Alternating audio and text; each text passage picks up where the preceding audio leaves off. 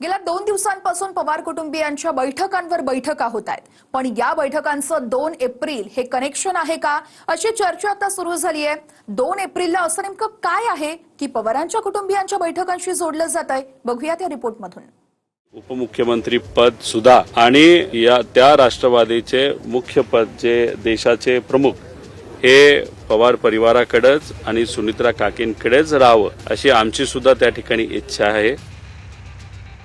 रोहित पवारांनी केलेले हे वक्तव्य फार मोठं तर आहेच, पण भविष्यातील नव्या समीकरणाचे संकेत देण्यात आलेत. उपमुख्यमंत्रीपदासह दादांच्या राष्ट्रवादीच्या अध्यक्षा सुनेत्रा पवारच व्हाव्यात अशी पवार कुटुंबाची इच्छा आहे, हे रोहित पवारांनी स्पष्ट केलं.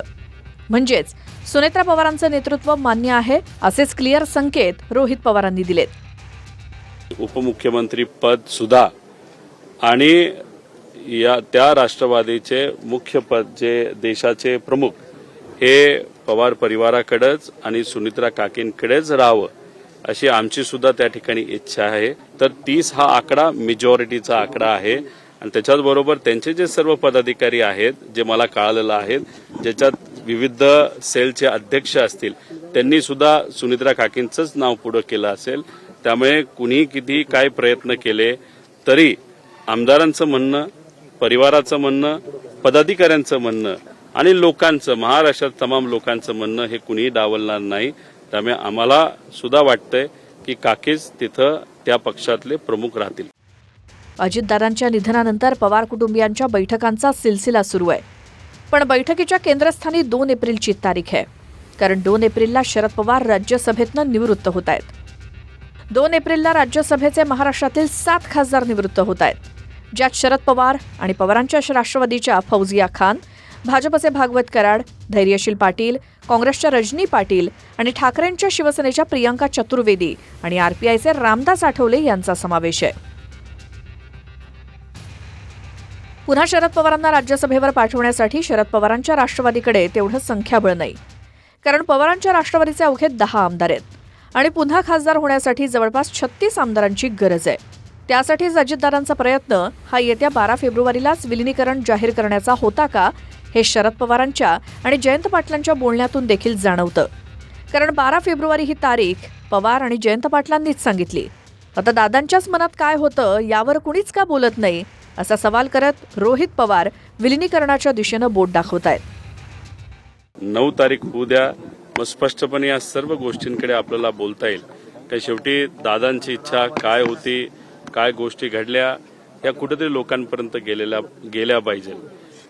युती होईल नाहीतर विलिनीकरण होईल नाही होईल याच्यावर मी भाष्य करणं एवढं मोठा नाही.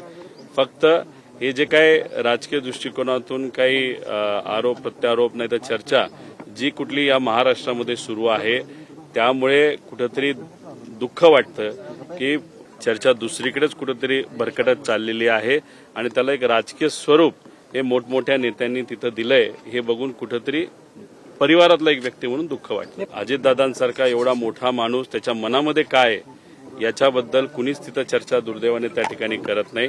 13 दिवस होऊ द्या, 9 तारीख ही फार महत्वाची आहे आणि त्यानंतर मग स्वतः सुनित्रा काकी बोलतीलच ना.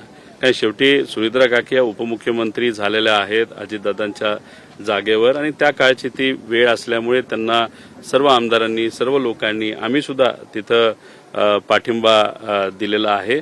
त्यामुळे काकी जेव्हा बोलतील त्यानंतरच याच्यावर आपल्याला खूप जास्त स्पष्टपणे बोलता.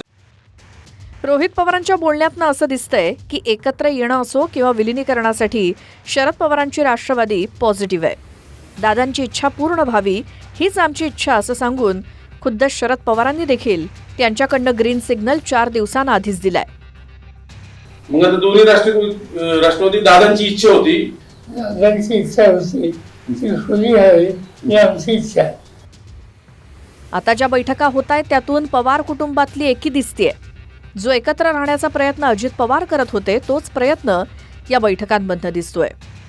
काल सकाळी बारामतीत दादांची दोन्ही मुलं पार्थ पवार आणि जय पवारांसोबत शरद पवारांची बैठक झाली. त्यानंतर काल संध्याकाळी शरद पवार बारामतीत दादांच्या घरी आले आणि इथे शरद पवार आणि सुनेत्रा पवार यांच्यामध्ये जवळपास 1.5 तास बैठक चालली. आज पुन्हा विद्याप्रतिष्ठानमध्ये शरद पवार, त्यांच्या पत्नी प्रतिभा पवार यांच्यासह पार्थ पवार आणि जय पवारांसोबत बैठक झाली.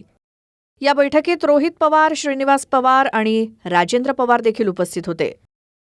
अर्थात ही बैठक विद्याप्रतिष्ठानमध्ये दादांचं स्मारक तयार करण्यासंदर्भात होती असं सांगितलं जातंय.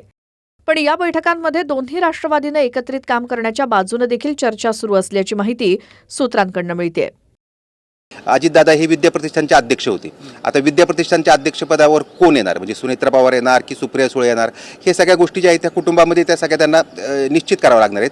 आणि त्याच्यामुळे मला असं वाटतं की आत्ता जेव्हा सगळी सहानुभूती आहे, आत्ता जेव्हा सुनेत्रा पवार उपमुख्यमंत्रीपदी विराजमान झालेले आहेत, तर त्याच वेळेस या सगळ्या गोष्टींचा निपटारा व्हावा, त्याच वेळेस या सगळ्या गोष्टींमध्ये निश्चिती व्हावी, यासाठी या सगळ्या बैठकी चालल्या आहेत.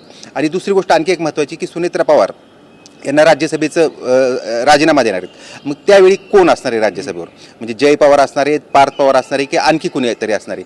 आणि ह्या सगळ्या गोष्टींचं मला वाटतं ते चाललंय. नेतृत्वाचं भांडण नसेल हे रोहित पवारांच्या वक्तव्यातून दिसूनच येत आहे. कारण राष्ट्रीय अध्यक्षपदी सुनेत्रा पवारच राहाव्यात हे आवर्जून रोहित पवारांनी सांगितलं. आता विलिनीकरणाचा निर्णय झालाच तर मग पवारांच्या राष्ट्रवादीत मुख्यतः सुप्रिया सुळेंचा रोल काय असेल, तर सुप्रिया सुळे सध्या शरद पवारांच्या राष्ट्रवादीच्या राष्ट्रीय कार्यकारी अध्यक्ष आहेत आणि दादांच्या राष्ट्रवादीच्या राष्ट्रीय अध्यक्षा सुनेत्रा पवारच होणार हे जवळपास निश्चित आहे. आणि कार्यकारी अध्यक्ष प्रफुल्ल पटेल आहेत. मग सुप्रिया सुळेंचं काय? सुनेत्रा पवारांचं नेतृत्व मान्य करून एनडीएमध्ये सहभागी होणार का? आणि फडणवीसांनीही सांगितल्याप्रमाणे सुनेत्रा पवारांना विलिनीकरणाआधी त्यांच्याशी बोलावं लागेल. मग भाजपला विलिनीकरण मान्य होणार का, असे अनेक प्रश्न आहेत.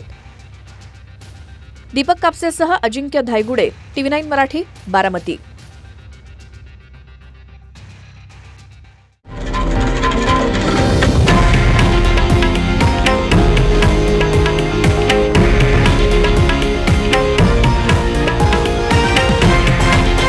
हे आहे देशातील नंबर 1 न्यूज नेटवर्क आणि आपण पाहत आहात TV9 मराठी, एकमेव.